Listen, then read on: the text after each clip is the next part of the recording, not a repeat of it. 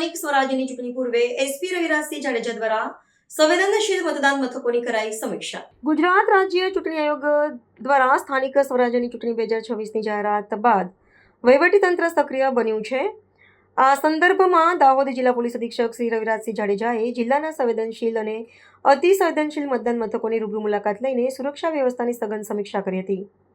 તેમણે મતદાન મથકો પર મતદારો અને ચૂંટણી ફરજ પરના કર્મચારીઓ માટે ઉપલબ્ધ માળખાગત સુવિધાઓનું નિરીક્ષણ કરી સંબંધિત અધિકારીઓની જરૂરી દિશા નિર્દેશો પાઠવ્યા હતા। મુક્ત, ન્યાયી અને શાંતિપૂર્ણ માહોલમાં મતદાન પ્રક્રિયા સંપન્ન થાય તે હેતુથી પોલીસ વિભાગ દ્વારા વિશેષ તકેદારી રાખવામાં આવી રહી છે। સુરક્ષાના આયોજન અંગે માહિતી આપતા જિલ્લા પોલીસ વડાએ જણાવ્યું હતું કે સમગ્ર વિસ્તારમાં પૂરતો પોલીસ બંદોબસ્ત ગોઠવી દેવામાં આવ્યો છે અને જવાનો દ્વારા 24 કલાક ફૂટ માર્ચ, રૂટ માર્ચ તેમજ નાઇટ પેટ્રોલિંગની કામગીરી વેગવાન બનાવવામાં આવી છે।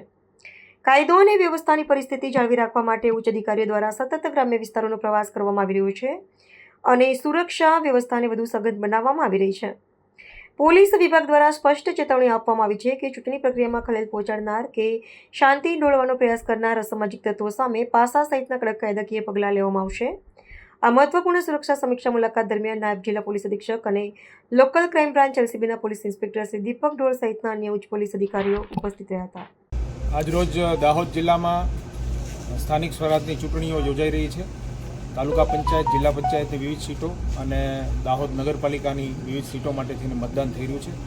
લોકો સવારથી જ શાંતિપૂર્ણ વાતાવરણમાં સારી રીતે મતદાન કરી રહ્યા છે અને અમારી દાહોદ જિલ્લા પોલીસ તરફથી દાહોદના તમામ નાગરિકોને અપીલ છે કે મતદાન એ આપણો પવિત્ર ફરજ છે અને વધુમાં વધુ લોકો મતદાન કરે એ માટે પણ અપીલ કરવામાં આવે છે। હાલ પૂરતો પોલીસ બંદોબસ્ત તમામ બૂથો ઉપર ગોઠવવામાં આવેલો છે અને શાંતિપૂર્ણ માહોલમાં ઇલેક્શન થઈ રહ્યું છે।